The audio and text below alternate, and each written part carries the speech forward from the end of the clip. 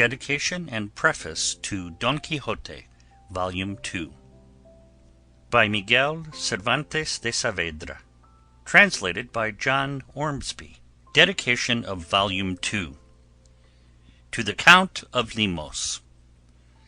These days past, when sending your Excellency my plays that had appeared in print before being shown on the stage, I said, if I remember well, that Don Quixote was putting on his spurs to go and render homage to your Excellency. Now I say that with his spurs he is on his way. Should he reach destination, methinks I shall have rendered some service to your Excellency, as from many parts I am urged to send him off, so as to dispel the loathing and disgust caused by another Don Quixote, who, under the name of Second Part, has run masquerading through the whole world. And he who has shown the greatest longing for him has been the great Emperor of China, who wrote me a letter in Chinese a month ago and sent it by a special courier.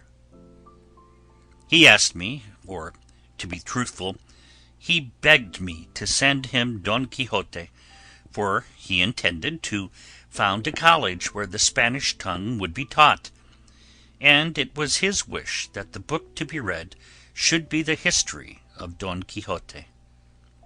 He also added that I should go and be the rector of this college. I asked the bearer if His Majesty had afforded a sum in aid of my travel expenses. He answered, "No, not even in thought." "Then, brother," I replied, "you can return to your China post haste, or at whatever haste you are bound to go, as I am not fit for so long a travel, and besides being ill, I am very much without money, while emperor for emperor and monarch for monarch, I have at Naples the great Count of Lemos, who, without so many petty titles of colleges and rectorships, sustains me, protects me, and does me more favour than I can wish for." Thus I gave his leave, and I beg mine from you, offering your Excellency the Trabajos de Persiles y Sigismunda, a book I shall finish within 4 months, Deo volente, and which will be either the worst or the best that has been composed in our language, I mean of those intended for entertainment, at which I repent of having called it the worst, for, in the opinion of friends, it is bound to attain the summit of possible quality. May your Excellency return in such health that is wished you. Persiles will be ready to kiss your hand, and I your feet, being, as I am, your Excellency's most humble servant. From Madrid, this last day of October of the year 1615. At the service of your Excellency, Miguel de Cervantes Saavedra. The Author's Preface. God bless me, gentle, or it may be plebeian reader. How eagerly must thou be looking forward to this preface, expecting to find there retaliation, scolding, and abuse against the author of the second Don Quixote. I mean him who was, they say, begotten at Tordesillas and born at Tarragona. Well, then, the truth is, I am not going to give thee that satisfaction, for, though injuries stir up anger in humbler breasts, in mine the rule must admit of an exception. Thou wouldst have me call him ass, fool, and malapert, but I have no such intention. Let his offence be his punishment. With his bread let him eat it, and there's an end of it. What I cannot help taking amiss is that he charges me with being old and one-handed, as if it had been in my power to keep time from passing over me, or as if the loss of my hand had been brought about in some tavern, and not on the grandest occasion the past or present has seen, or the future can hope to see. If my wounds have no beauty to the beholder's eye, they are at least honourable in the estimation of those who know where they were received. For the soldier shows to greater advantage dead in battle than alive in flight, and so strongly is this my feeling, that if now it were proposed to perform an impossibility for me, I would rather have had my share in that mighty action than be free from my wounds this minute, without having been present at it. Those the soldier shows on his face and breast are stars that direct others to the heaven of honour and ambition of merited praise. And moreover, it is to be observed that it is not with grey hairs that one writes, but with the understanding, and that commonly improves with years. I take it amiss too that he calls me envious, and explains to me, as if I were ignorant, what envy is. For really and truly, of the two kinds there are, I only know that which is holy, noble, and high-minded, and if that be so, as it is, I am not likely to attack a priest, above all, if in addition he holds the rank of familiar of the holy office. And if he said what he did, on account of him on whose behalf it seems he spoke, he is entirely mistaken. For I worship the genius of that person, and admire his works and his unceasing and strenuous industry. After all, I am grateful to this gentleman, the author, for saying that my novels are more satirical than exemplary, but that they are good, for they could not be that unless there was a little of everything in them. I suspect thou wilt say that I am taking a very humble line, and keeping myself too much within the bounds of my moderation, from a feeling that additional suffering should not be inflicted upon a sufferer, and that what this gentleman has to endure must doubtless be very great, as he does not dare to come out into the open field and broad daylight, but hides his name and disguises his country as if he had been guilty of some lese majesty. If perchance thou shouldst come to know him, tell him from me that I do not hold myself aggrieved, for I know well what the temptations of the devil are, and that one of the greatest is putting it into a man's head that he can write and print a book by which he will get as much fame as money, and as much money as fame.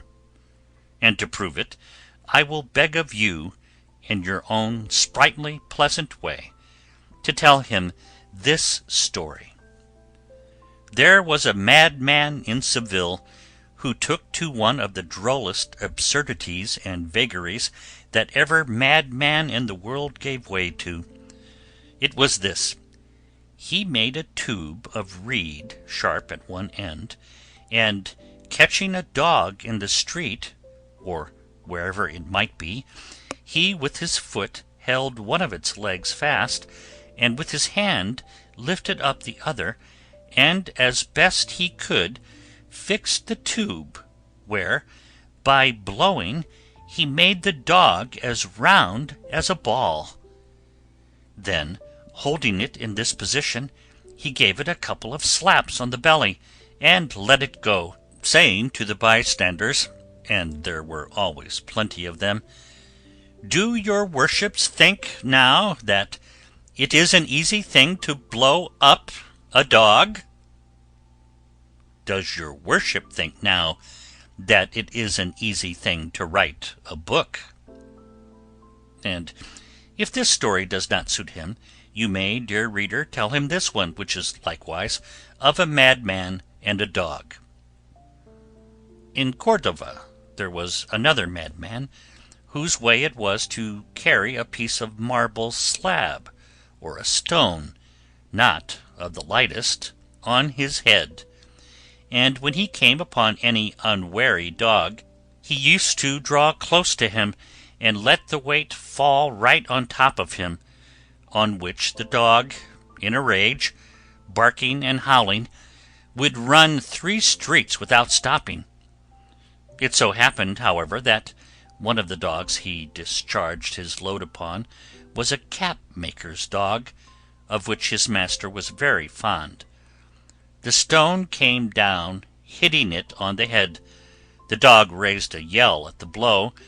The master saw the affair, and was wroth, and snatching up a measuring yard, rushed out at the madman, and did not leave a sound bone in his body, and at every stroke he gave him he said, "You dog! You thief! My lurcher! Don't you see, you brute, that my dog is a lurcher?" And so, repeating the word lurcher again and again, he sent the madman away beaten to a jelly. The madman took the lesson to heart, and vanished, and for more than a month never once showed himself in public. But after that he came out again with his old trick, and a heavier load than ever. He came up to where there was a dog, and, examining it very carefully without venturing to let the stone fall, he said, "This is a lurcher. Where?" In short, all the dogs he came across, be they mastiffs or terriers, he said were lurchers, and he discharged no more stones.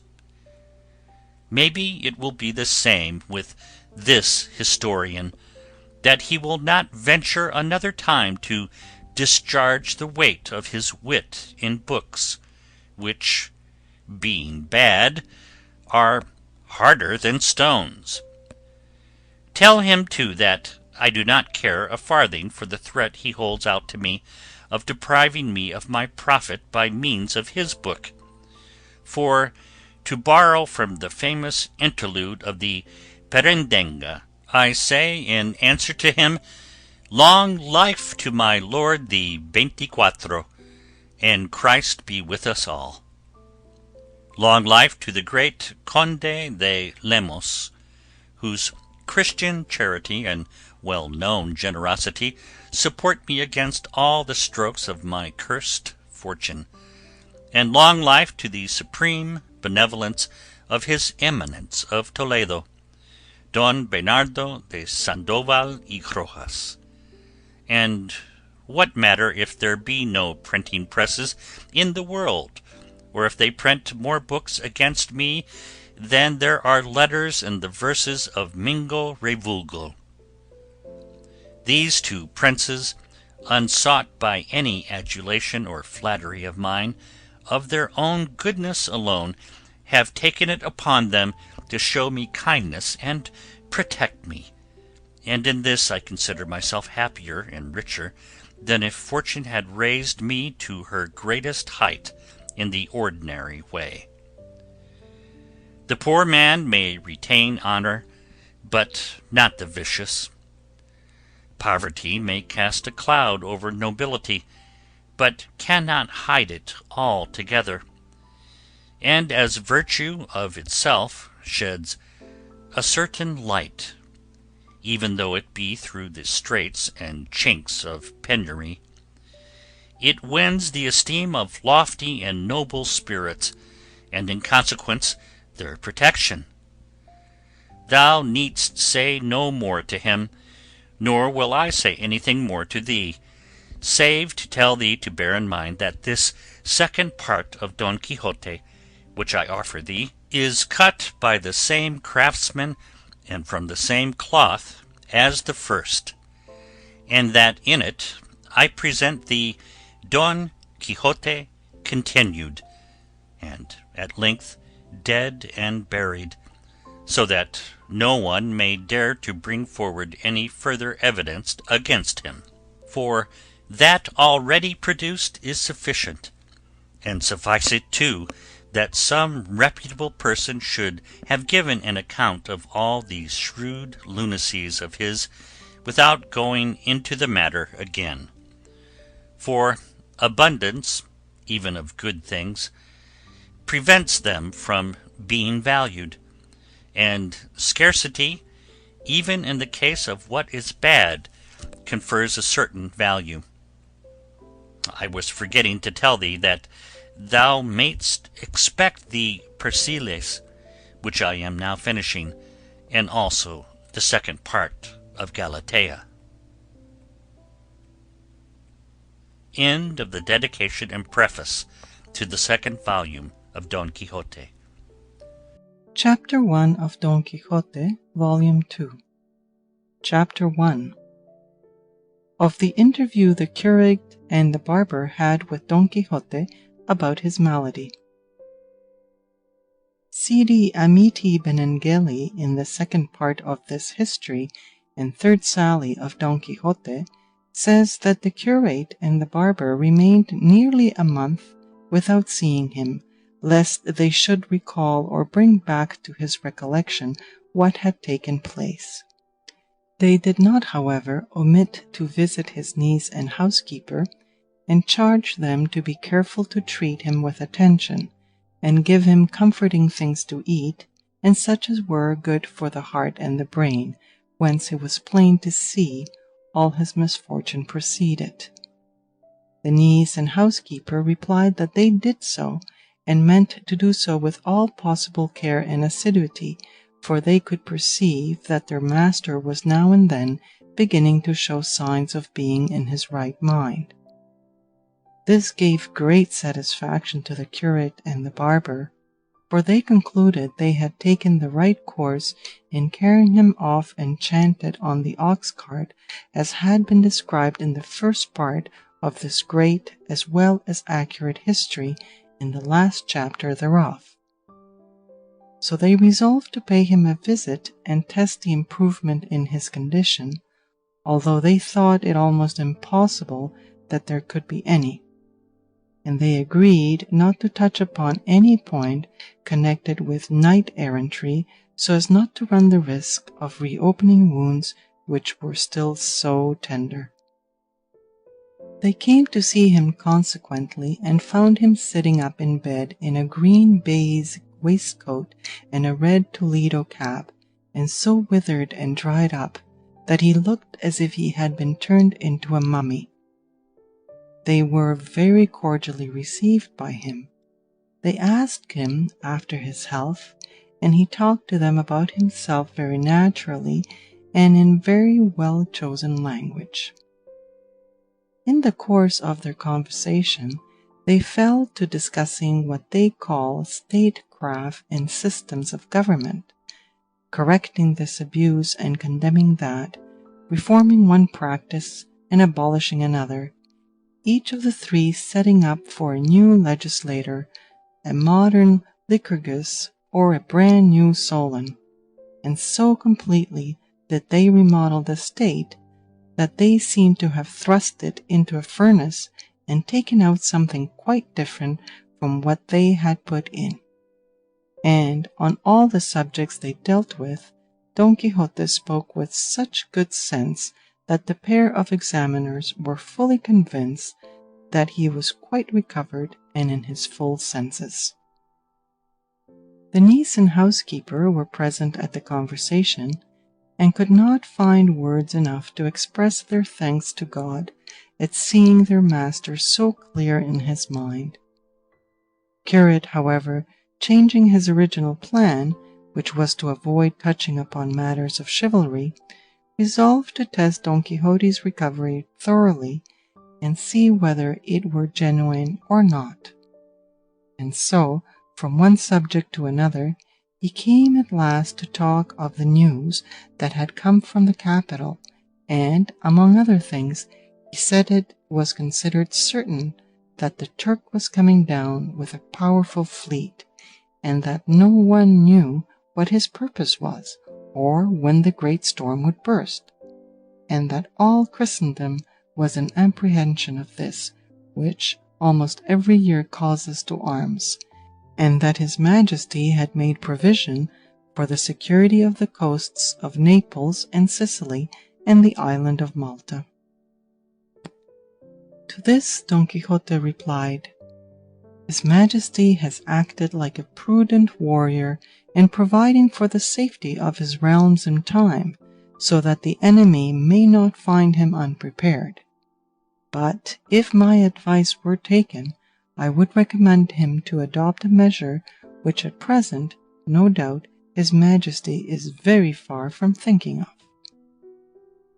The moment the curate heard this, he said to himself, "God keep thee in his hand, poor Don Quixote, for it seems to me thou art precipitating thyself from the height of thy madness into the profound abyss of thy simplicity." But the barber, who had the same suspicion as the curate, asked Don Quixote what would be his advice as to the measures that he said ought to be adopted, for perhaps it might prove to be one that would have to be added to the list of the many impertinent suggestions that people were in the habit of offering to princes. "Mine, Master Shaver," said Don Quixote, "will not be impertinent, but, on the contrary, pertinent." "I don't mean that," said the barber, "but that experience has shown that all or most of the expedients which are proposed to His Majesty are either impossible or absurd or injurious to the king and to the kingdom." "Mine, however," replied Don Quixote, "is neither impossible nor absurd, but the easiest, the most reasonable, the readiest and most expeditious that could suggest itself to any projector's mind." "You take a long time to tell it, Señor Don Quixote," said the curate. "I don't choose to tell it here now," said Don Quixote, "and have it reach the ears of the lords of the council tomorrow morning, and some other carry off the thanks and rewards of my trouble." "For my part," said the barber, "I give my word here and before God that I will not repeat what your worship says to king, rook, or earthly man, an oath I learned from the ballad of the curate who, in the prelude, told the king of the thief who had robbed him of the 100 gold crowns and his pacing mule." "I am not versed in stories," said Don Quixote, "but I know the oath is a good one, because I know the barber to be an honest fellow." "Even if he were not," said the curate, "I will go bail and answer for him that in this matter he will be as silent as a dummy, under pain of paying any penalty that may be pronounced." "And who will be security for you, Señor Curate?" said Don Quixote. "My profession," replied the curate, "which is to keep secrets." "Odds bodies," said Don Quixote at this, "what more has His Majesty to do but to command, by public proclamation, all the knights errant that are scattered over Spain to assemble on a fixed day in the capital? For, even if no more than half a dozen come, there may be one among them who alone will suffice to destroy the entire might of the Turk. Give me your attention and follow me. Is it, pray, any new thing for a single knight-errant to demolish an army of 200,000 men, as if they all had but one throat, or were made of sugar paste? Nay, tell me, how many histories are there filled with these marvels? If only, in an evil hour for me, I don't speak for anyone else, the famous Don Belianis were alive now, or any one of the innumerable progeny of Amadis of Gaul. If any these were alive today, and were to come face to face with the Turk, by my faith, I would not give much for the Turk's chance." but God will have regard for his people, and will provide some one who, if not so valiant as the knights-errant of yore, at least will not be inferior to them in spirit. But God knows what I mean, and I say no more." "Alas!" exclaimed the niece at this, "may I die if my master does not want to turn knight-errant again." To which Don Quixote replied, "A knight-errant I shall die, and let the Turk come down or go up when he likes, and in as strong force as he can. Once more I say, God knows what I mean."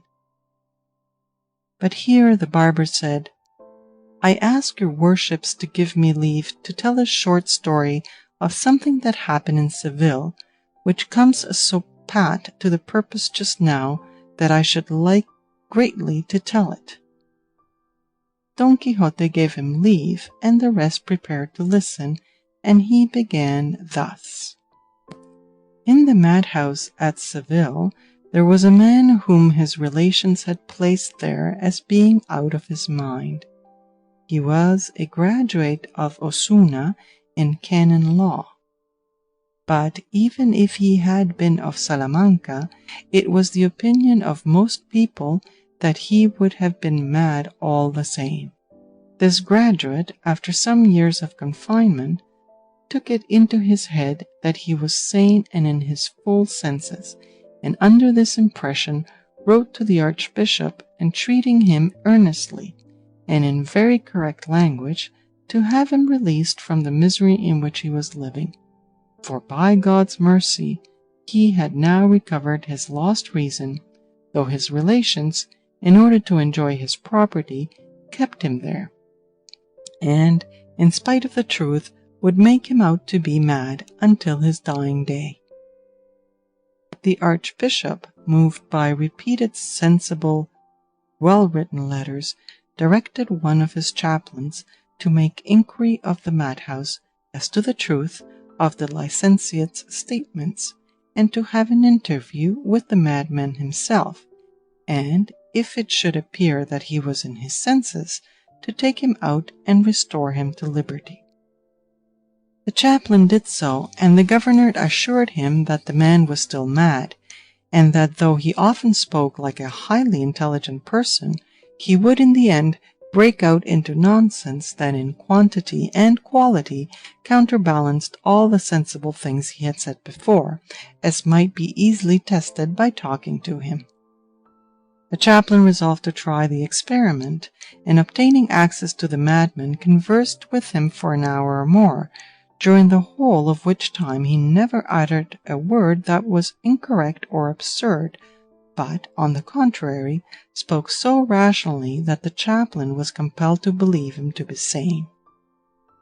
Among other things, he said the governor was against him, not to lose the presents his relations made him for reporting him still mad but with lucid intervals, and that the worst foe he had in his misfortune was his large property, for, in order to enjoy it, his enemies disparaged and threw doubts upon the mercy our Lord had shown him in turning him from a brute beast into a man.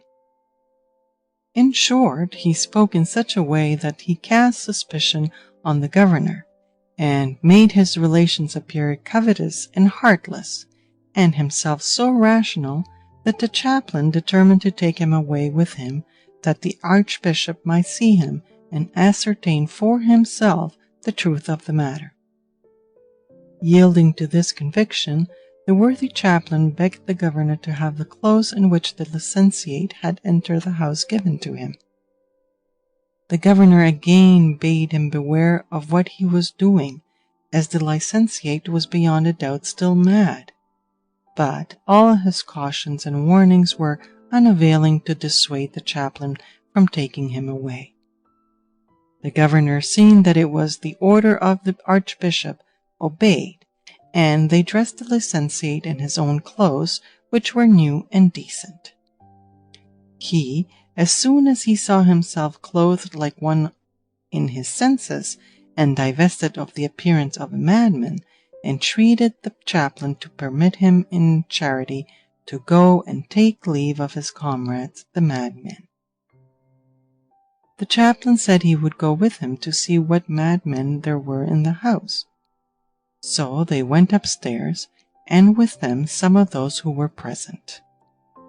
Approaching a cage in which there was a furious madman, though just at that moment calm and quiet, the licentiate said to him, "Brother, think if you have any commands for me, for I am going home, as God has been pleased in his infinite goodness and mercy, without any merit of mine, to restore me my reason.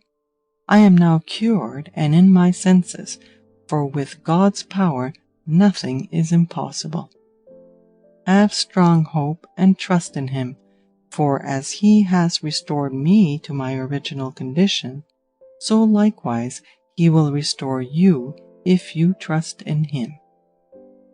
I will take care to send you some good things to eat, and be sure you eat them, for I would have you know I am convinced, as one who has gone through it, that all this madness of ours comes of having the stomach empty and the brains full of wind. Take courage, for despondency in misfortune breaks down health and brings on death." To all these words of the licentiate, another madman in a cage opposite that of the furious one was listening, and raising himself up from an old mat on which he lay stark naked, he asked in a loud voice who it was that was going away cured and in his senses.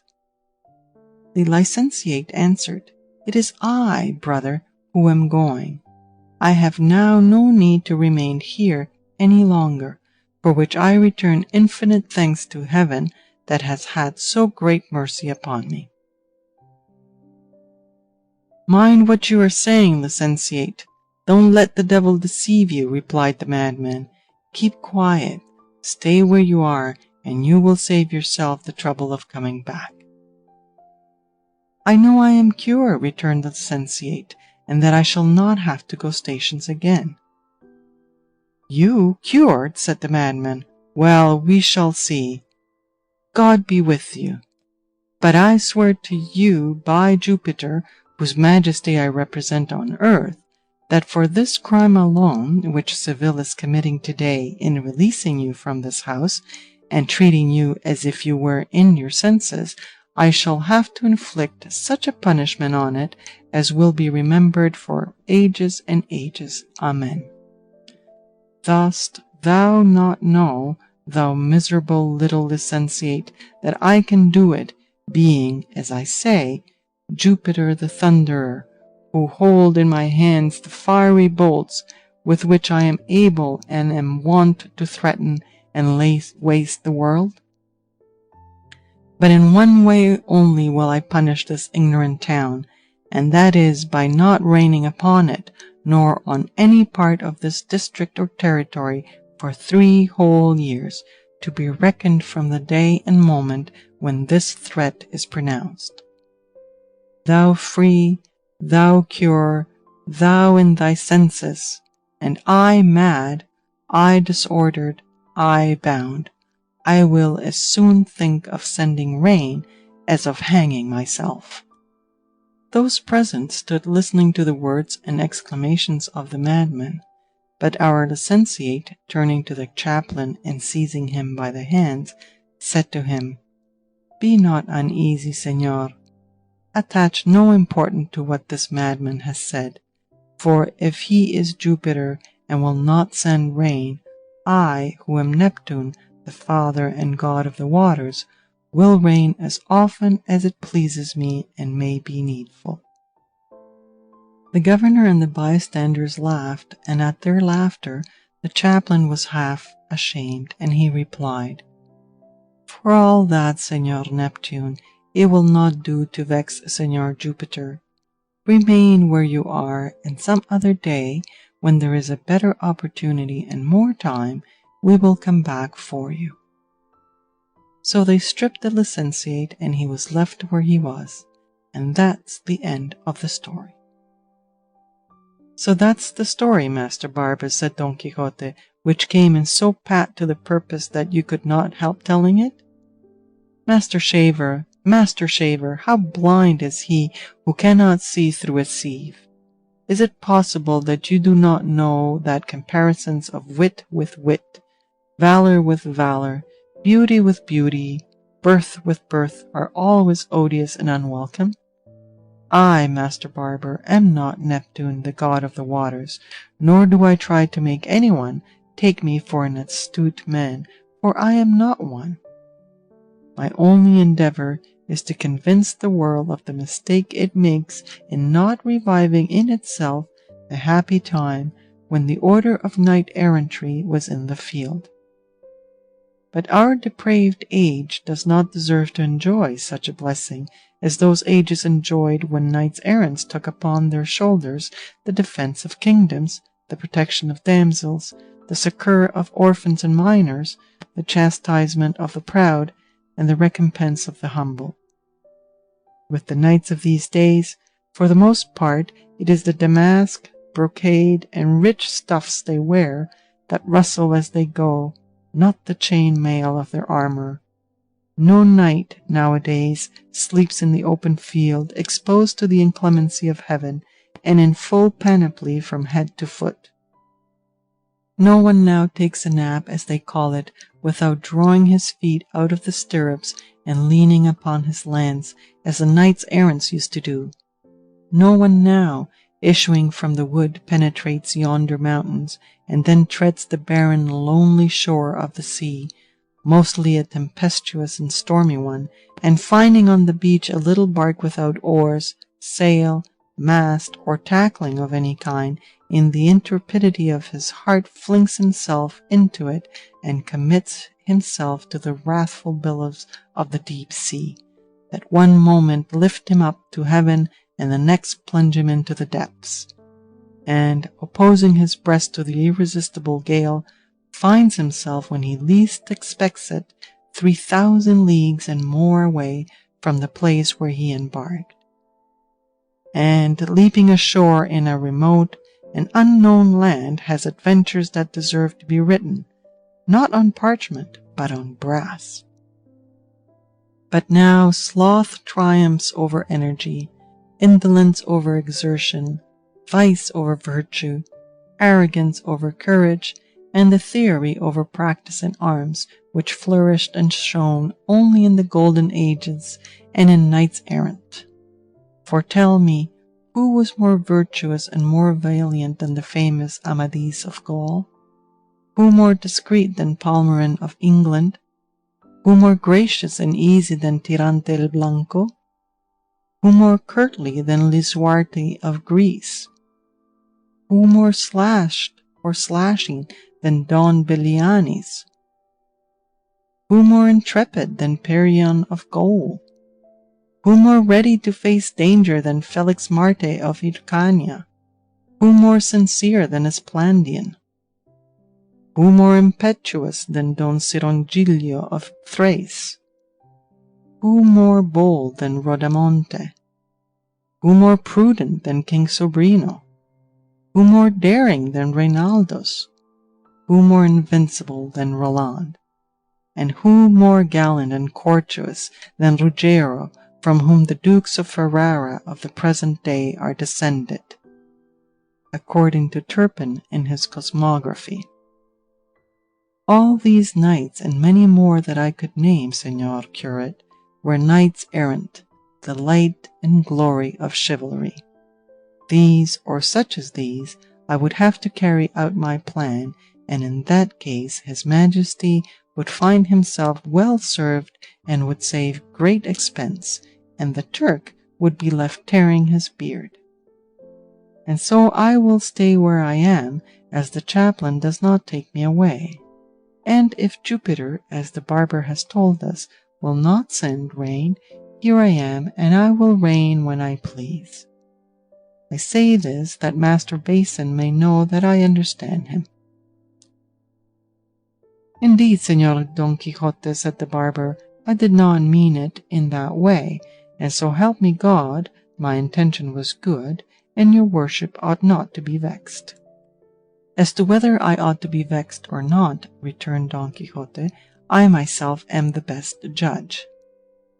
Hereupon the curate observed, I have hardly said a word as yet, and I would gladly be relieved of a doubt arising from what Don Quixote has said, that worries and works my conscience. The señor curate has leave for more than that, returned Don Quixote, so he may declare his doubt, for it is not pleasant to have a doubt on one's conscience. Well then, with that permission, said the curate, I say my doubt is that all I can do, I cannot persuade myself that the whole pack of knights-errants you, Señor Don Quixote, have mentioned, were really and truly persons of flesh and blood that ever lived in the world. On the contrary, I suspect it to be all fiction, fable, and falsehood, and dreams told by men awakened from sleep, or rather still half asleep.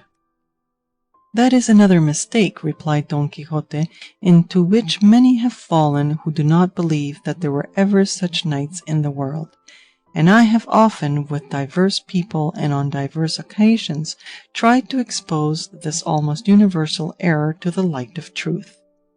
Sometimes I have not been successful in my purpose, sometimes I have, supporting it upon the shoulders of the truth, which truth is so clear that I can almost say I have with my own eyes seen Amadis of Gaul, who was a man of lofty stature, fair complexion, with a handsome, tough, black beard, of a countenance between gentle and stern in expression, sparing of words, slow to anger, and quick to put it away from him.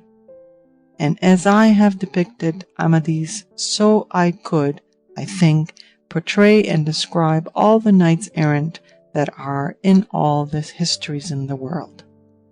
For by the perception I have that they were what their histories describe, and by the deeds they did and the dispositions they displayed, it is possible, with the aid of sound philosophy, to deduce their features, complexion, and stature. How big in your worship's opinion may the giant Morgante have been, Señor Don Quixote? Asked the barber. With regard to giants, replied Don Quixote, opinions differ as to whether there ever were any or not in the world. But the Holy Scripture, which cannot err by a jot from the truth, shows us that there were, when it gives us the history of that big Philistine Goliath, who was 7 cubits and a half in height, which is a huge size. Likewise, in the island of Sicily, there have been found leg bones and arm bones so large that their size makes it plain that their owners were giants, and as tall as great towers. Geometry puts this fact beyond a doubt.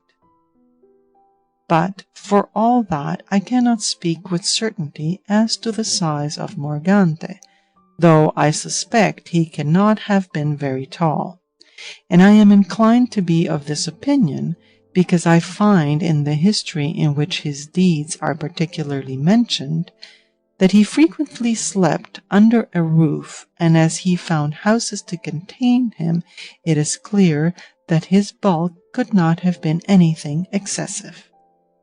That is true, said the curate, and yielding to the enjoyment of hearing such nonsense, he asked him what was his notion of the features of Reinaldos of Montalban, and Don Roland, and the rest of the 12 peers of France, for they were all knights-errant.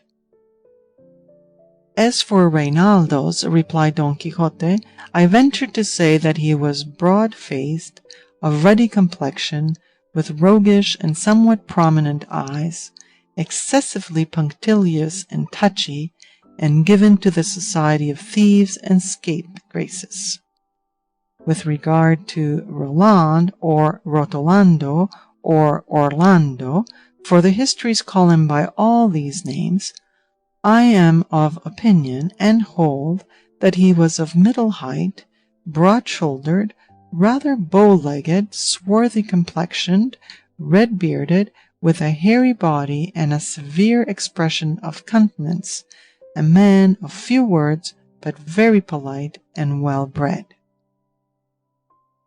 If Roland was not a more graceful person than your worship has described, said the curate, it is no wonder that the fair Lady Angelica rejected him and left him for the gaiety, liveliness, and grace of that of budding bearded little Moor to whom she surrendered herself, and she showed her sense in falling in love with the gentle softness of Medoro rather than the roughness of Roland. That Angelica, Señor Curate, returned Don Quixote, was a giddy damsel, flighty and somewhat wanton, and she left the world as full of her vagaries as of the fame of her beauty. She treated with scorn 1,000 gentlemen, men of valour and wisdom, and took up with a smooth-faced sprig of a page, without fortune or fame, except such reputation for gratitude as the affection he bore his friend got for him. The great poet who sang her beauty, the famous Ariosto, not caring to sing her adventures after her contemptible surrender, which probably were not over and above creditable, dropped her where he says, "How she received the sceptre of Cathay, some bard of defter quill may sing some day." And this was no doubt a kind of prophecy, for poets are also called vates, that is to say, diviners, and its truth was made plain, for since then a famous Andalusian poet has lamented and sung her tears, and another famous and rare poet, a Castilian, has sung her beauty.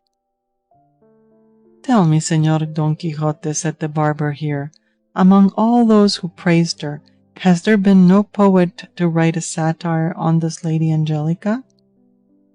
"I can well believe," replied Don Quixote, "that if Sacripante or Roland had been poets, they would have given the damsel a trimming, for it is naturally the way with poets who have been scorned and rejected by their ladies, whether fictitious or not, in short, by those whom they select as the ladies of their thoughts, to avenge themselves in satires and libels.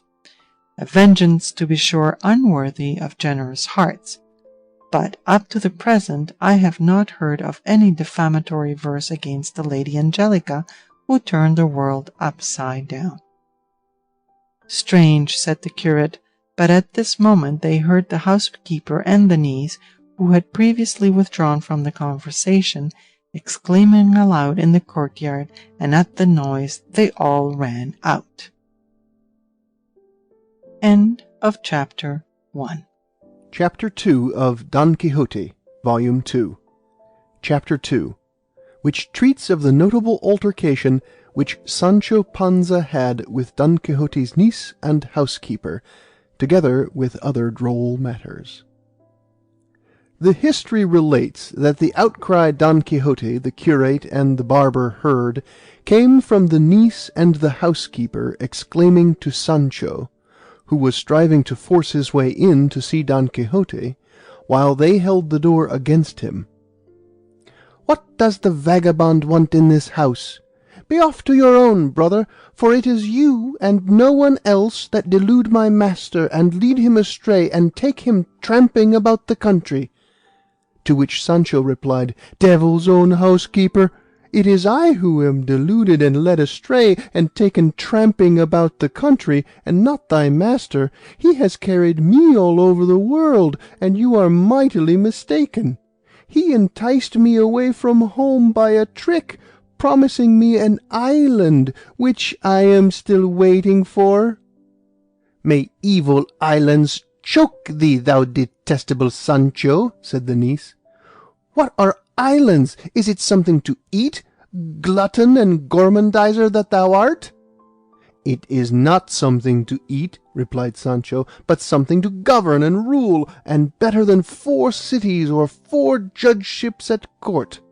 "For all that," said the housekeeper, "you don't enter here, you bag of mischief and sack of knavery. Go govern your house, and dig your seed patch, and give over looking for islands or shylands."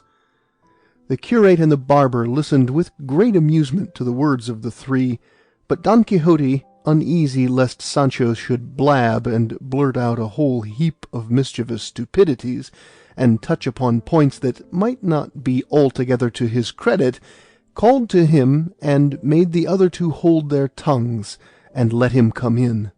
Sancho entered, and the curate and the barber took their leave of Don Quixote, of whose recovery they despaired when they saw how wedded he was to his crazy ideas, and how saturated with the nonsense of his unlucky chivalry. And said the curate to the barber, "You will see, gossip, that when we are least thinking of it, our gentleman will be off once more for another flight." "I have no doubt of it," returned the barber, "but I do not wonder so much at the madness of the knight as at the simplicity of the squire, who has such a firm belief in all that about the island, that I suppose all the exposures that could be imagined would not get it out of his head." "God help them," said the curate, "and let us be on the lookout to see what comes of all these absurdities of the knight and the squire, for it seems as if they had both been cast in the same mould, and the madness of the master, without the simplicity of the man, would not be worth a farthing." "That is true," said the barber, "and I should like very much to know what the pair are talking about at this very moment." "I promise you," said the curate, "the niece or the housekeeper will tell us by and by, for they are not the ones to forget to listen." Meanwhile Don Quixote shut himself up in his room with Sancho, and when they were alone he said to him, "It grieves me greatly, Sancho, that thou shouldst have said and sayest that I took thee out of thy cottage, when thou knowest I did not remain in my house. We sallied forth together, we took the road together, we wandered abroad together, we have had the same fortune and the same luck. If they blanketed thee once, they belaboured me 100 times, and that is the only advantage I have of thee." "That was only reasonable," replied Sancho, "for by what your worship says, misfortunes belong more properly to knights errant than to their squires." "Thou art mistaken, Sancho," said Don Quixote, "according to the maxim, quando caput dolet, etc." "I don't understand any language but my own," said Sancho. "I mean to say," said Don Quixote, "that when the head suffers, all the members suffer, and so, being thy lord and master, I am thy head, and thou a part of me, as thou art my servant, and therefore any evil that affects or shall affect me should give thee pain, and what affects thee give pain to me."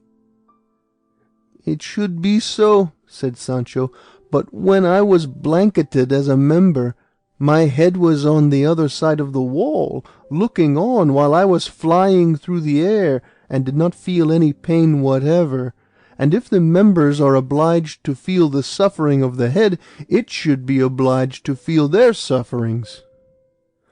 "Dost thou mean to say, Sancho," said Don Quixote, "that I did not feel when they were blanketing thee? If thou dost, thou must not say so or think so, for I felt more pain then in spirit than thou didst in body. But let us put that aside for the present, for we shall have opportunities enough for considering and settling the point. Tell me, Sancho, my friend, what do they say about me in the village here? What do the common people think of me?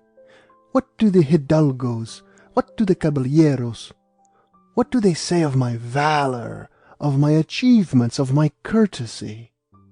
How do they treat the task I have undertaken in reviving and restoring to the world the now forgotten order of chivalry? In short, Sancho, I would have thee tell me all that has come to thine ears on this subject, and thou art to tell me without adding anything to the good or taking away anything from the bad, for it is the duty of loyal vassals to tell the truth to their lords, just as it is and in its proper shape, not allowing flattery to add to it, or any idle deference to lessen it. And I would have thee know, Sancho, that if the naked truth, undisguised by flattery, came to the ears of princes, times would be different, and other ages would be reckoned iron ages more than ours, which I hold to be the golden of these latter days. Profit by this advice, Sancho, and report to me clearly and faithfully the truth of what thou knowest, touching what I have demanded of thee.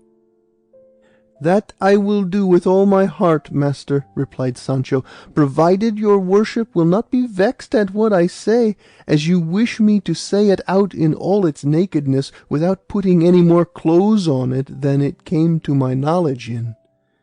I will not be vexed at all, returned Don Quixote. Thou mayest speak freely, Sancho, and without any beating about the bush. Well, then, said he, first of all I have to tell you that the common people consider your worship a mighty great madman, and me no less a fool. The hidalgos say that, not keeping within the bounds of your quality of gentleman, you have assumed the Don, and made a knight of yourself at a jump, with 4 vine stalks and a couple of acres of land, and never a shirt to your back. The caballeros say they do not want to have hidalgos setting up in opposition to them, particularly squire hidalgos who polish their own shoes and darn their black stockings with green silk. That, said Don Quixote, does not apply to me, for I always go well dressed and never patched. Ragged I may be, but ragged more from the wear and tear of arms than of time. As to your worship's valour, courtesy, accomplishments, and task, there is a variety of opinions. Some say mad but droll, others valiant but unlucky, others courteous but meddling, and then they go into such a number of things that they don't leave a whole bone either in your worship or in myself. Recollect, Sancho, said Don Quixote, that wherever virtue exists in an eminent degree, it is persecuted. Few or none of the famous men that have lived escaped being calumniated by malice. Julius Caesar, the boldest, wisest, and bravest of captains, was charged with being ambitious, and not particularly cleanly in his dress, or pure in his morals. Of Alexander, whose deeds won him the name of Great, they say that he was somewhat of a drunkard. Of Hercules, him of the many labours, it is said that he was lewd and luxurious. Of Don Galaor, the brother of Amadis of Gaul, it was whispered that he was over-quarrelsome, and of his brother that he was lachrymose. So that, O Sancho, amongst all these calumnies against good men, mine may let be pass, since they are no more than thou hast said. That's just where it is, body of my father. Is there more, then? asked Don Quixote. There's the tail to be skinned yet, said Sancho. All so far is cakes and fancy bread, but if your worship wants to know all about the calumnies they bring against you, I will fetch you one this instant who can tell you the whole of them without missing an atom. For last night the son of Bartholomew Carrasco, who has been studying at Salamanca, came home after having been made a bachelor, and when I went to welcome him, he told me that your worship's history is already abroad in books, with the title of The Ingenious Gentleman Don Quixote of La Mancha, and he says they mention me in it by my own name of Sancho Panza, and the lady Dulcinea del Tobasco too, and divers things that happened to us when we were alone, so that I crossed myself in my wonder how the historian who wrote them down could have known them. I promise thee, Sancho, said Don Quixote, the author of our history will be some sage enchanter, for to such nothing that they choose to write about is hidden. What? Said Sancho, a sage and an enchanter? Why, the bachelor Samson Carrasco, that is the name of him I spoke of, says the author of the history is called Cide Hamete Berenjena. That is a Moorish name, said Don Quixote. Maybe so, replied Sancho, for I have heard that the Moors are mostly great lovers of berenjenas.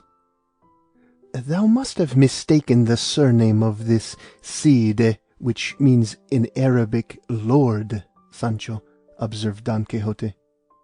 Very likely, replied Sancho, but if your worship wishes me to fetch the bachelor, I will go for him in a twinkling. Thou wilt do me a great pleasure, my friend, said Don Quixote, for what thou hast told me has amazed me, and I shall not eat a morsel that will agree with me until I have heard all about it. Then I am off for him, said Sancho, and leaving his master, he went in quest of the bachelor, with whom he returned in a short time, and all three together they had a very droll colloquy. End of chapter. Chapter 3.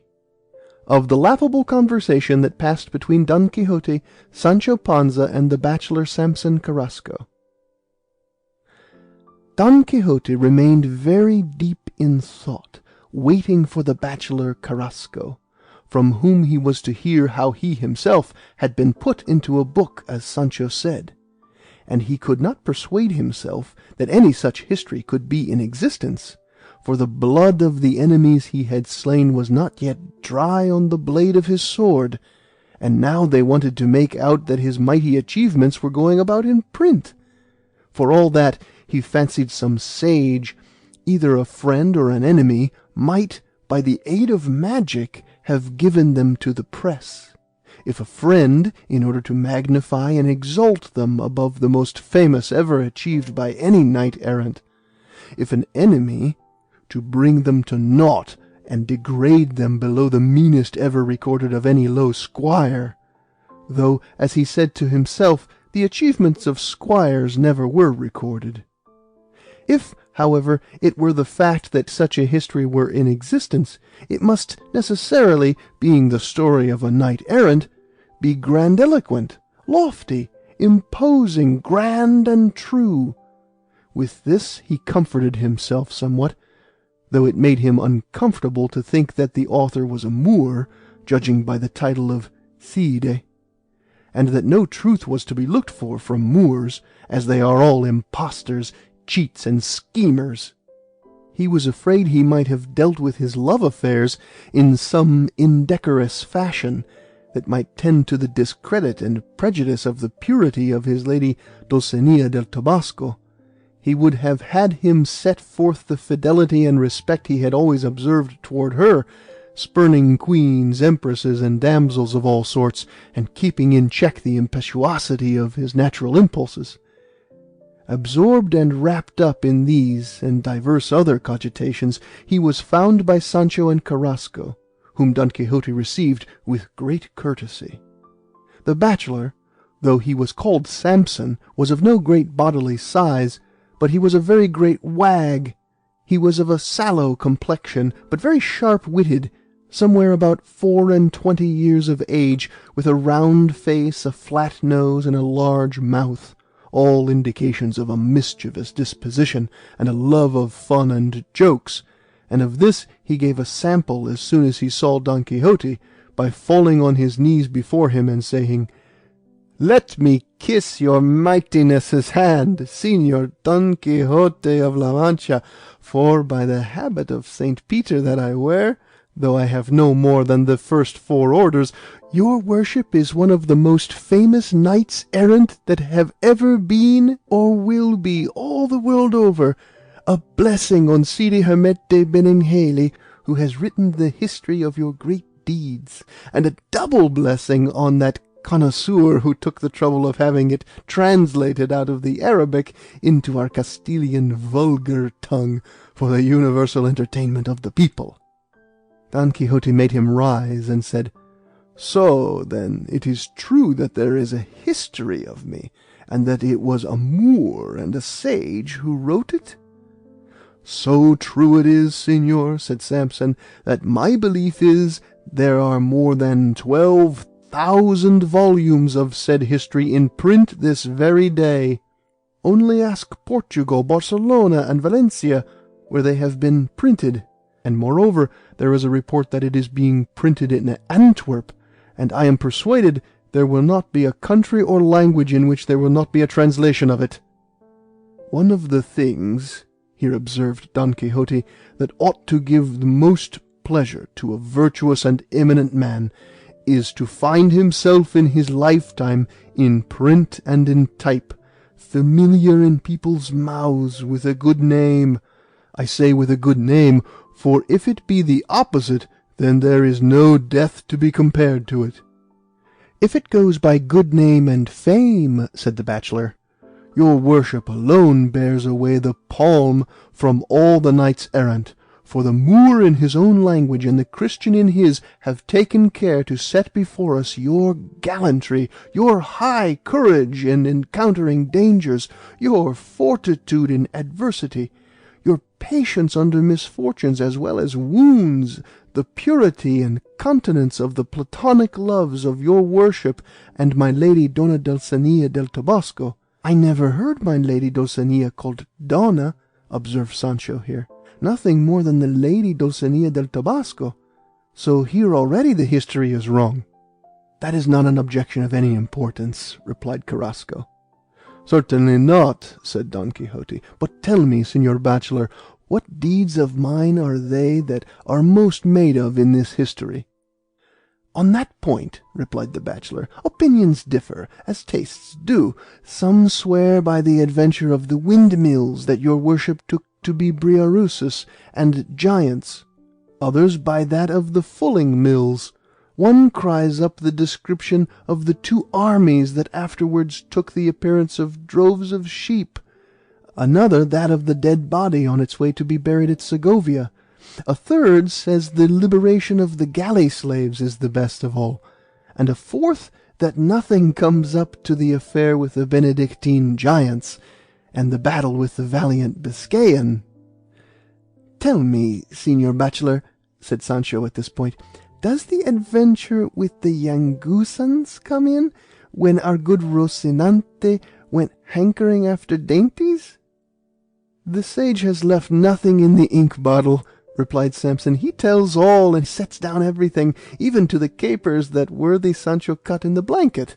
"I cut no capers in the blanket," returned Sancho. "In the air I did, and more of them than I liked." "There is no human history in the world, I suppose," said Don Quixote, "that has not its ups and downs, but more than others such as deal with chivalry, for they can never be entirely made up of prosperous adventures." "For all that," replied the bachelor, "there are those who have read the history who say they would have been glad if the author had left out some of the countless cudgellings that were inflicted on Señor Don Quixote in various encounters." "That's where the truth of the history comes in," said Sancho. "At the same time, they might fairly have passed them over in silence," observed Don Quixote, "for there is no need of recording events which do not change or affect the truth of a history, if they tend to bring the hero of it into contempt. Aeneas was not in truth and earnest so pious as Virgil represents him, nor Ulysses so wise as Homer describes him." "That is true," said Samson, "but it is one thing to write as a poet, another to write as a historian. The poet may describe or sing things not as they were, but as they ought to have been. But the historian has to write them down not as they ought to have been, but as they were, without adding anything to the truth or taking anything from it." "Well then," said Sancho, "if this Señor Moor goes in for telling the truth, No doubt among my master's drubbings mine are to be found, for they never took the measure of his worship's shoulders without doing the same for my whole body. But I have no right to wonder at that, for, as my master says, the members must share the pain of the head." "You are a sly dog, Sancho," said Don Quixote. "In faith, you have no want of memory when you choose to remember." "If I were to try to forget the thwacks they gave me," said Sancho, "my wheels would not let me, for they are still fresh on my ribs." "Hush, Sancho," said Don Quixote, "and don't interrupt the bachelor, whom I entreat to go on and tell all that is said about me in this history." "And about me," said Sancho, "for they say too that I am one of the principal personages in it."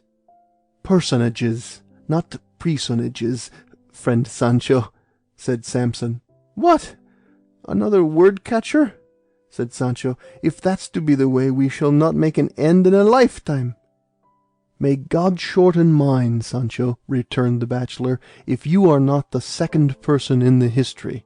And there are even some who would rather hear you talk than the cleverest in the whole book, though there are some, too, who say you showed yourself over-credulous in believing that there was any possibility in the government of that island offered you by Señor Don Quixote." "There is still sunshine on that wall," said Don Quixote, "and when Sancho is somewhat more advanced in life, with the experience that years bring, he will be fitter and better qualified for being a governor than he is at present." "By God, master," said Sancho, "the island that I cannot govern with the years I have, I'll not be able to govern with the years of Methuselah. The difficulty is that the said island keeps its distance somewhere, I know not where, and not that there is any want of a head in me to govern it." "Leave it to God, Sancho," said Don Quixote, "for all will be, and perhaps better than you think. No leaf on the tree stirs but by God's will." "That is true," said Samson, "and if it be God's will, there will not be any want of 1,000 islands, much less one, for Sancho to govern."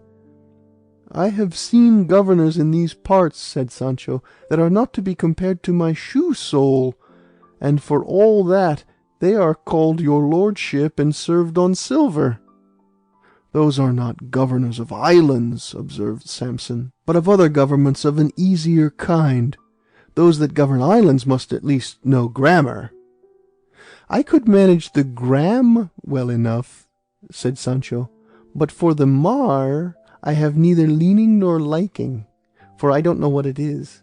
But leaving this matter of the government in God's hands, to send me wherever it may be most to his service, I may tell you, Señor Bachelor Samson Carrasco, it has pleased me beyond measure that the author of this history should have spoken of me in such a way that what is said of me gives no offence, for, on the faith of a true squire, if he had said anything about me that was at all unbecoming an old Christian such as I am, the deaf would have heard of it."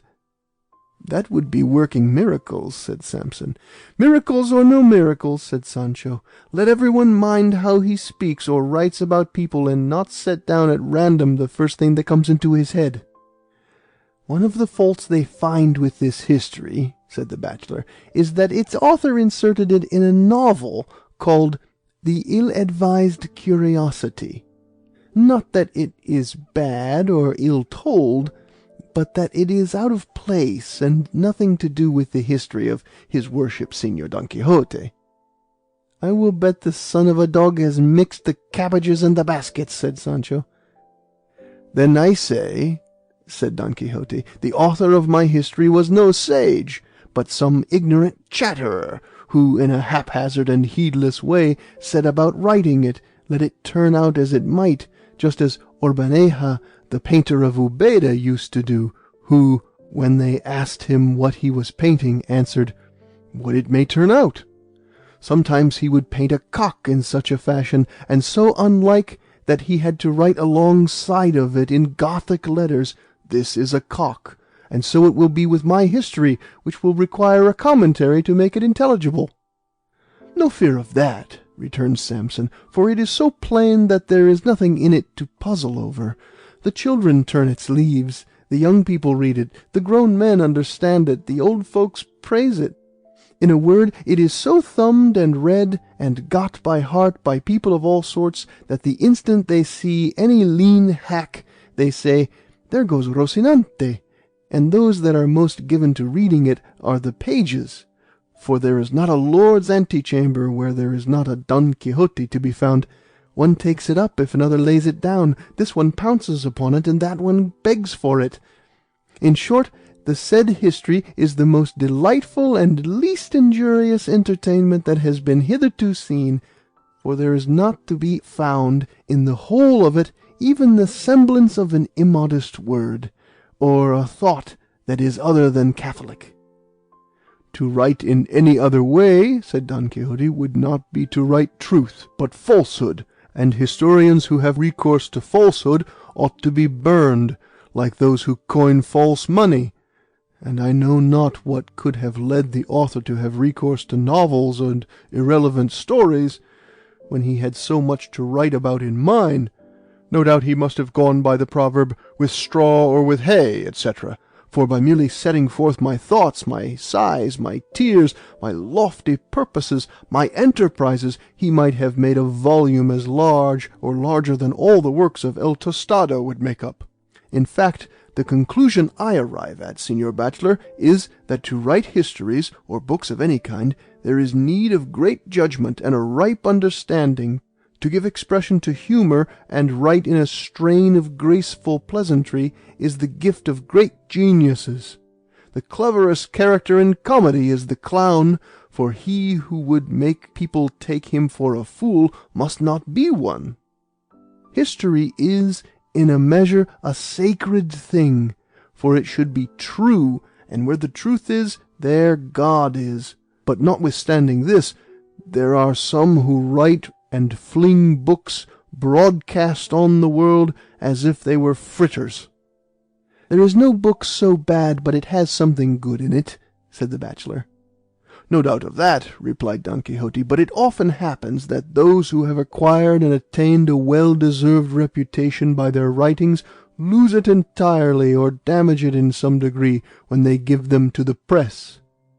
The reason of that, said Samson, is that as printed works are examined leisurely, their faults are easily seen, and the greater the fame of the writer, the more closely they are scrutinized.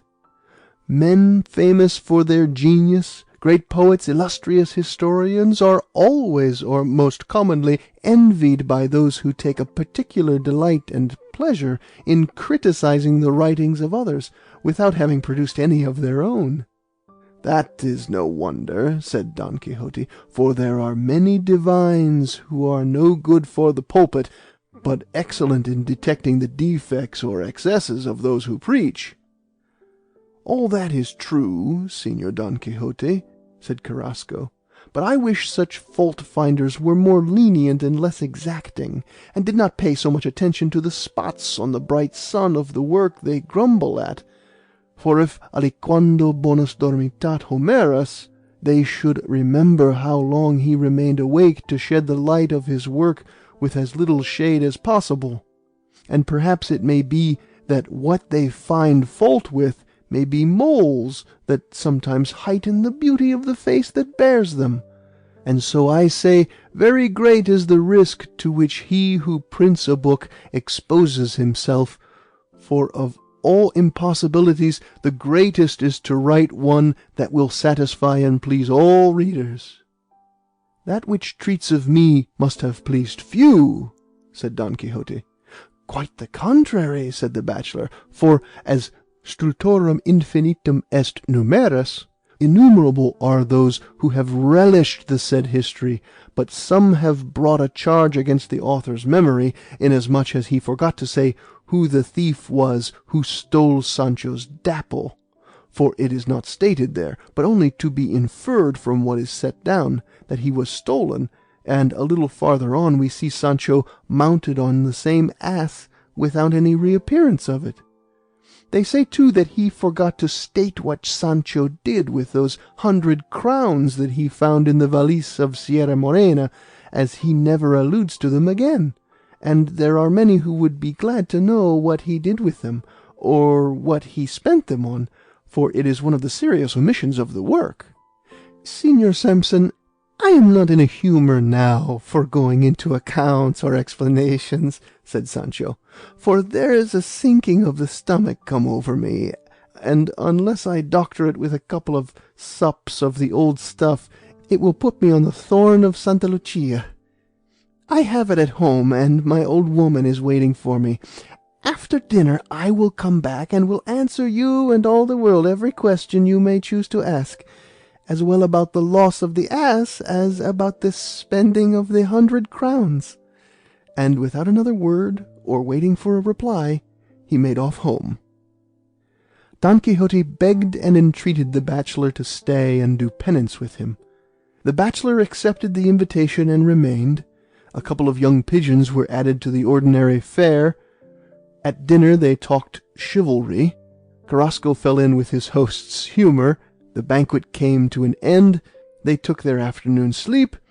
Sancho returned, and their conversation was resumed. End of Chapter 3. Chapter 4 to Chapter 5 of Don Quixote, Volume 2. Chapter 4 to Chapter 5. Chapter 4, in which Sancho Panza gives a satisfactory reply to the doubts and questions of the bachelor Samson Carrasco, together with other matters worth knowing and telling.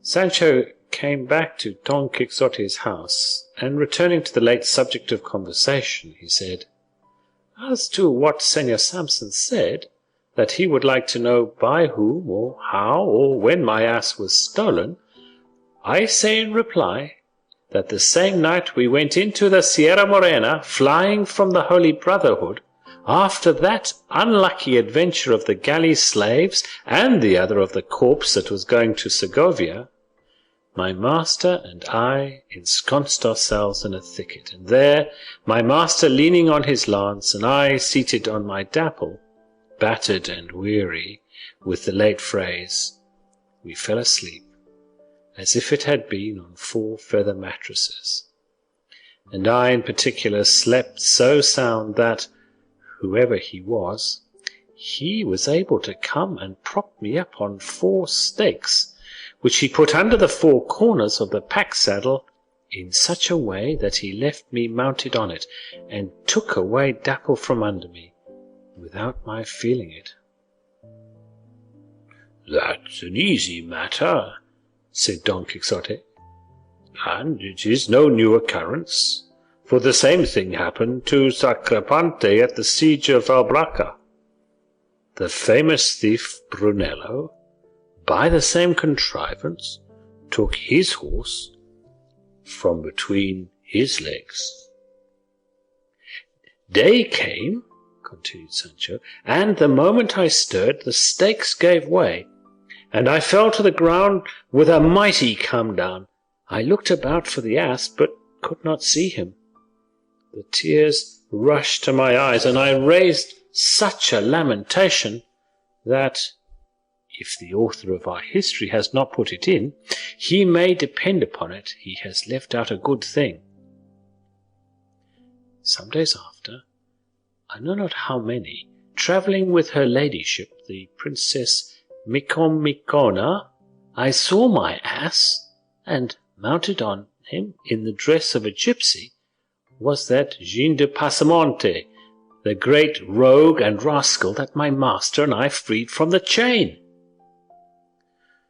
"That is not where the mistake is," replied Samson. "It is, that before the ass has turned up, the author speaks of Sancho as being mounted on it."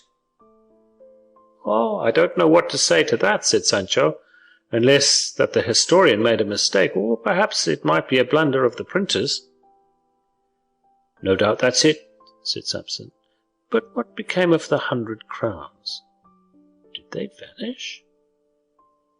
To which Sancho answered, "I spent them for my own good, and my wife's, and my children's, and it is they that have made my wife bear so patiently all my wanderings on highways and byways in the service of my master Don Quixote, for if after all this time I had come back to the house without a rap and without the ass, it would have been a poor lookout for me. And if anyone wants to know anything more about me, here I am, ready to answer the king himself in person. And it is no affair of anyone's whether I took or did not take, whether I spent or did not spend. For the whacks that were given me in these journeys were to be paid for in money, even if they were valued at no more than 4 maravedis apiece. Another 100 crowns would not pay me for half of them. Let each look to himself, and not try to make out white black and black white, for each of us is as God made him, aye, and often worse. I will take care, said Carrasco, to impress upon the author of the history that if he prints it again he must not forget what worthy Sancho has said, for it will raise it a good span higher. Is there anything else to correct in the history, Señor Bachelor? Asked Don Quixote. No doubt there is, he replied, but not anything that will be of the same importance as those I have mentioned. Does the author promise a second part at all? Said Don Quixote. He does promise one, replied Samson, but he says he has not found it, nor does he know who has got it, and we cannot say whether it will appear or not, and so on that head, as some say that no second part has ever been good, and others that enough has already been written about Don Quixote, it is thought that there will be no second part, though some who are jovial rather than saturnine say, let us have more Quixotides, let Don Quixote charge and Sancho chatter, and no matter what it may turn out, we shall be satisfied with that. And what does the author mean to do? Said Don Quixote. What? Replied Samson. Why, as soon as he has found the history, which he is now searching for with extraordinary diligence, he will at once give it to the press, moved more by the profit that may accrue to him from doing so than by any thought of praise. Whereat Sancho observed, the author looks for money and profit, does he? It will be a wonder if he succeeds, for it'll be only hurry, hurry, with him like the tailor on Easter Eve, and works done in a hurry are never finished as perfectly as they ought to be. Let Master Moore, or whatever he is, pay attention to what he is doing, and I and my master will give him as much grouting ready to his hand, in the way of adventures and accidents of all sorts, as would make up not only 1 second part, but 100. The good man fancies, no doubt, that we are fast asleep in the straw here. But let him hold up our feet to be shod, and he will see which foot it is we go lame on. All I say is that if my master would take my advice, we would be now afield, redressing outrages and righting wrongs, as is the use and custom of good knights errant. Sancho had hardly uttered these words when the neighing of Rocinante fell upon their ears, which neighing Don Quixote accepted as a happy omen, and he resolved to make another sally in 3 or 4 days from that time. Announcing his intention to the bachelor, he asked his advice as to the quarter in which he ought to commence his expedition, and the bachelor replied that in his opinion he ought to go to the kingdom of Aragon and the city of Saragossa, where there were to be certain solemn joustings at the festival of St. George, at which he might win renown above all the knights of Aragon, which would be winning it above all the knights of the world. He commended his very praiseworthy and gallant resolution, but admonished him to proceed with greater caution in encountering dangers, because his life did not belong to him, but to all those who had need of him to protect and aid them in their misfortunes. There's where it is what I abominate, Señor Samson, said Sancho here. My master will attack 100 armed men as a greedy boy would 6 melons. Body of the world, Señor Bachelor, there is a time to attack and a time to retreat, and it is not always Santiago and close Spain. Moreover, I have heard it said, and I think my master himself, if I remember rightly, that the mean of valour lies between the extremes of cowardice and rashness. And if that be so, I don't want him to fly without having good reason, or to attack when the odds make it better not. But, above all things, I warn my master that if he is to take me with him, it must be on the condition that he is to do all the fighting, and that I am not to be called upon to do anything except what concerns keeping him clean and comfortable. In this I will dance attendance on him readily, but to expect me to draw sword even against rascally churls of the hatchet and hood is idle. I don't set up to be a fighting man, Señor Samson, but only the best and most loyal squire that ever served knight-errant, and if my master Don Quixote, in consideration of many faithful services, is pleased to give me some island, of the many his worship says one may stumble on in these parts, I will take it as a great favour, and if he does not give it to me, I was born like everyone else, and a man must not live in dependence on anyone except God. And what is more, my bread will taste as well, and perhaps even better, without a government than if I were a governor. And how do I know but that in these governments the devil may have prepared some trip for me, to make me lose my footing and fall and knock my grinders out? Sancho I was born, and Sancho I mean to die. But for all that, if heaven were to make me a fair offer of an island, or something else of the kind, without much trouble and without much risk, I am not such a fool as to refuse it, for they say, too, when they offer thee a heifer, run with a halter, and when good luck comes to thee, take it in. Brother Sancho, said Carrasco, you have spoken like a professor. But for all that, put your trust in God and in Señor Don Quixote, for he will give you a kingdom, not to say an island. It's all the same, be it more or be it less, replied Sancho, though I can tell you, Señor Carrasco, that my master would not throw the kingdom he might give me into a sack all in holes, for I have felt my own pulse, and I find myself sound enough to rule kingdoms and govern islands, and I have before now told my master as much. Take care, Sancho, said Samson. Honours change manners, and perhaps when you find yourself a governor, you won't know the mother that bore you. That may hold good for those that are born in the ditches, said Sancho, not for those who have the fat of an old Christian 4 fingers deep on their souls as I have. Nay, only look at my disposition. Is that likely to show ingratitude to anyone? God grant it, said Don Quixote. We shall see when the government comes, and I seem to see it already.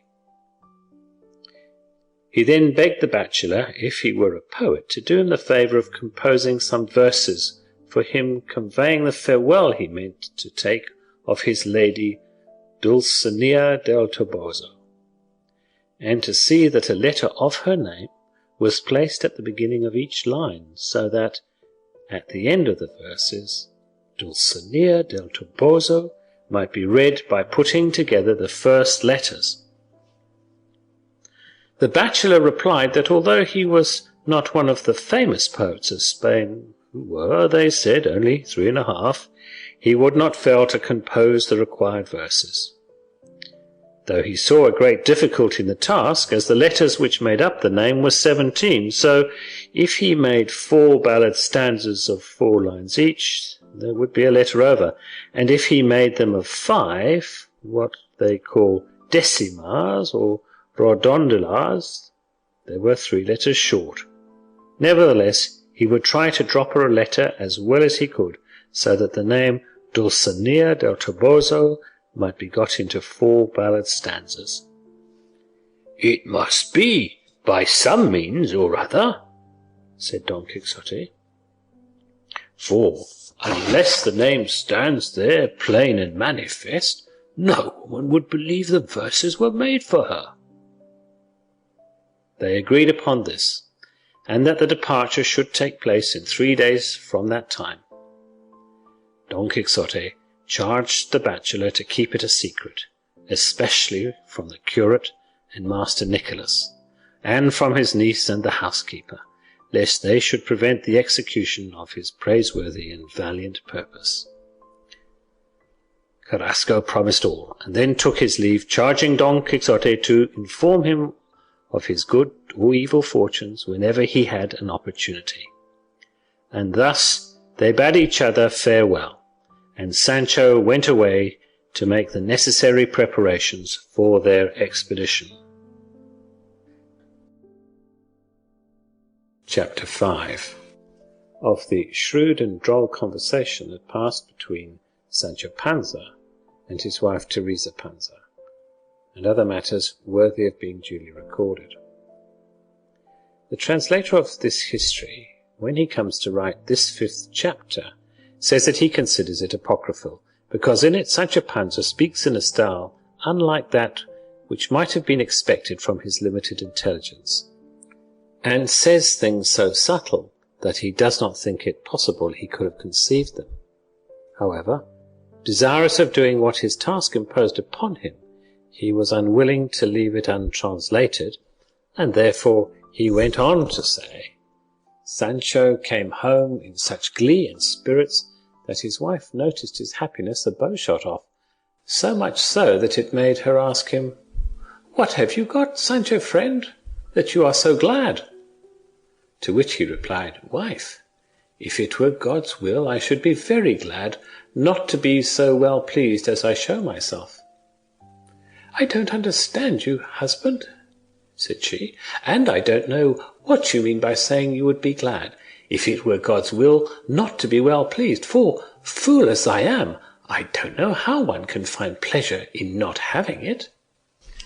"Harkee, Teresa," replied Sancho, "I am glad because I have made up my mind to go back to the service of my master Don Quixote, who means to go out a 3rd time to seek for adventures, and I am going with him again, for my necessities will have it so, and also the hope that cheers me with the thought that I may find another 100 crowns like those we have spent, though it makes me sad to leave thee and the children, and if God would be pleased to let me have my daily bread dry shod and at home, without taking me out into the byways and crossroads, and he could do it at small cost by merely willing it, it is clear my happiness would be more solid and lasting, for the happiness I have is mingled with the sorrow at leaving thee, so that I was right in saying I would be glad, if it were God's will, not to be well pleased." "Look here, Sancho," said Teresa, "ever since you joined on to a knight-errant you talk in such a roundabout way that there is no understanding you." "It's enough that God understands me, wife," replied Sancho, "for he is the understander of all things that will do. But mind, sister, you must look to Dapple carefully for the next 3 days, so that he may be fit to take arms. Double his feet, and see to the pack-saddle and other harness, for it is not to a wedding we are bound, but to go round the world and play at give and take with giants and dragons and monsters, and hear hissings and roarings and bellowings and howlings, and even all this would be lavender, if we had not to reckon with young goosons and enchanted Moors." "I know well enough, husband," said Teresa, "that squires errant don't eat their bread for nothing, and so I will be always praying to our Lord to deliver you speedily from all that hard fortune." "I can tell you, wife," said Sancho, "if I did not expect to see myself governor of an island before long, I would drop down dead on the spot." "Nay then, husband," said Teresa, "let the hen live, though it be with her pip. Live, and let the devil take all the governments in the world. You came out of your mother's womb without a government. You have lived until now without a government. And when it is God's will, you will go, or be carried, to your grave without a government. How many there are in the world who live without a government, and continue to live all the same, and are reckoned in the number of the people? The best sauce in the world is hunger, and as the poor are never without that, they always eat with a relish. But mind, Sancho, if by good luck you should find yourself with some government, don't forget me and your children. Remember that Sanchico is now full 15, and it is right he should go to school, if his uncle the abbot has a mind to have him trained for the church. Consider, too, that your daughter, Marie Sancha, will not die of grief if we marry her, for I have my suspicions that she is as eager to get a husband as you to get a government, and, after all, a daughter looks better ill-married than well-whored. By my faith, replied Sancho, if God brings me to get any sort of government, I intend, wife, to make such a high match for Marie Sancha that there will be no approaching her without calling her my lady. Nay, Sancho, returned Teresa, marry her to her equal. That is the safest plan. For if you put her out of wooden clogs into high-heeled shoes, out of her grey flannel petticoat into hoops and silk gowns, out of the plain Marica and thou into Donna so and my lady, the girl won't know where she is, and at every turn she will fall into 1,000 blunders that will show the thread of her coarse homespun stuff. Tut, you fool, said Sancho, it will be only to practise it for 2 or 3 years, and then dignity and decorum will fit her as easily as a glove, and if not, what matter? Let her be my lady, and never mind what happens. Keep to your own station, Sancho, replied Teresa. Don't try to raise yourself higher, and bear in mind the proverb that says, wipe the nose of your neighbour's son and take him into your house. A fine thing it would be indeed to marry our Maria to some great count or grand gentleman, who, when the humour took him, would abuse her, and call her clown bred, and clodhopper's daughter, and spinning wench. I have not been bringing up my daughter for all this time, I can tell you, husband. Do you bring home money, Sancho, and leave marrying her to my care. There is Lope Torcho, Juan Torco's son, a stout, sturdy young fellow that we know, and I can see he does not look sour at the girl, and with him, one of our own sort, she will be well married, and we shall have her always under our eyes, and be all one family, parents and children, grandchildren and sons-in-law, and the peace and blessing of God will dwell among us. So don't you go marrying her in those courts and grand palaces, where they won't know what to make of her, or she what to make of herself. Why, you idiot and wife of Barabbas, said Sancho, what do you mean by trying, without why or wherefore, to keep me from marrying my daughter to one who will give me grandchildren that will be called your lordship? Look ye, Teresa, I have always heard my elders say that he who does not know how to take advantage of luck when it comes to him has no right to complain if it gives him the go-by. And now that is a knocking at our door. It will not do to shut it out. Let us go with the favouring breeze that blows upon us. It is this sort of talk, and what Sancho says lower down, that made the translator of the history say he considered this chapter apocryphal.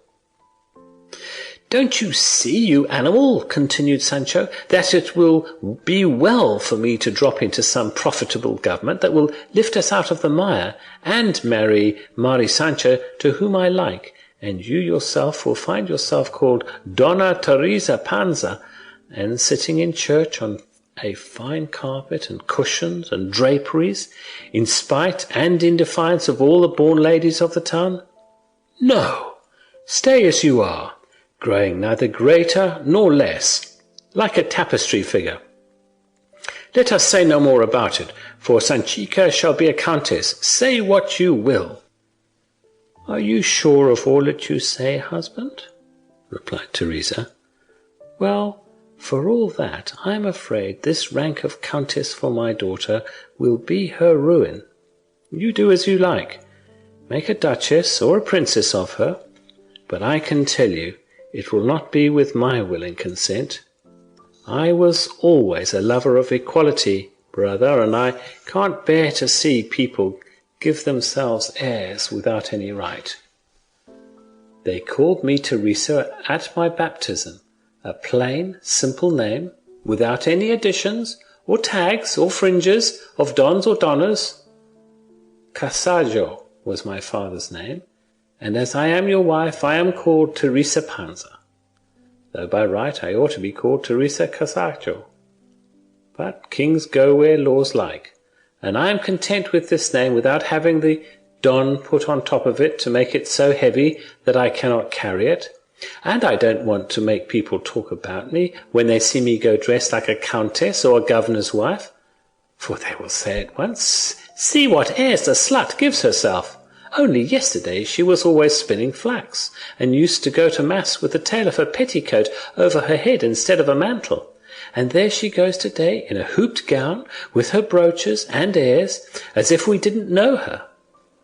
If God keeps me in my 7 senses, or 5, or whatever number I have, I am not going to bring myself to such a pass.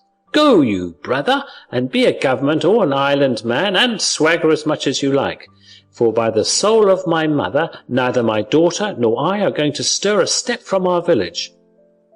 A respectable woman should have a broken leg and keep at home, and to be busy at something is a virtuous damsel's holiday.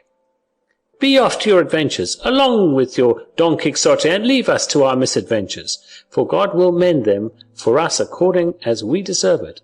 I don't know, I am sure, who fixed the Don to him, what neither his father nor grandfather had." "I declare thou hast a devil of some sort in thy body," said Sancho. "God help thee! What a lot of things thou hast strung together, one after the other, without head or tail. What have Casaggio and the brooches and the proverbs and the airs to do with what I say? Look here, fool and dolt! For so I may call you when you don't understand my words, and run away from good fortune. If I had said that my daughter was to throw herself down from a tower, or go roaming the world as the Infanta Donna Urraca wanted to do, you would be right in not giving way to my will. But if in an instant, in less than a twinkling of an eye, I put the Don and my lady on her back, and take her out of the stubble, and place her under a canopy, on a dais, on a couch, with more velvet cushions than all the Almohades of Morocco ever had in their family, why won't you consent and fall in with my wishes?" "Do you know why, husband?" replied Teresa. "Because of the proverb that says, 'Who covers thee, discovers thee.' At the poor man, people only throw a hasty glance. On the rich man they fix their eyes, and if the said rich man was once on a time poor, it is then there is the sneering, and the tattle, and spite of backbiters, and in the streets here they swarm as thick as bees."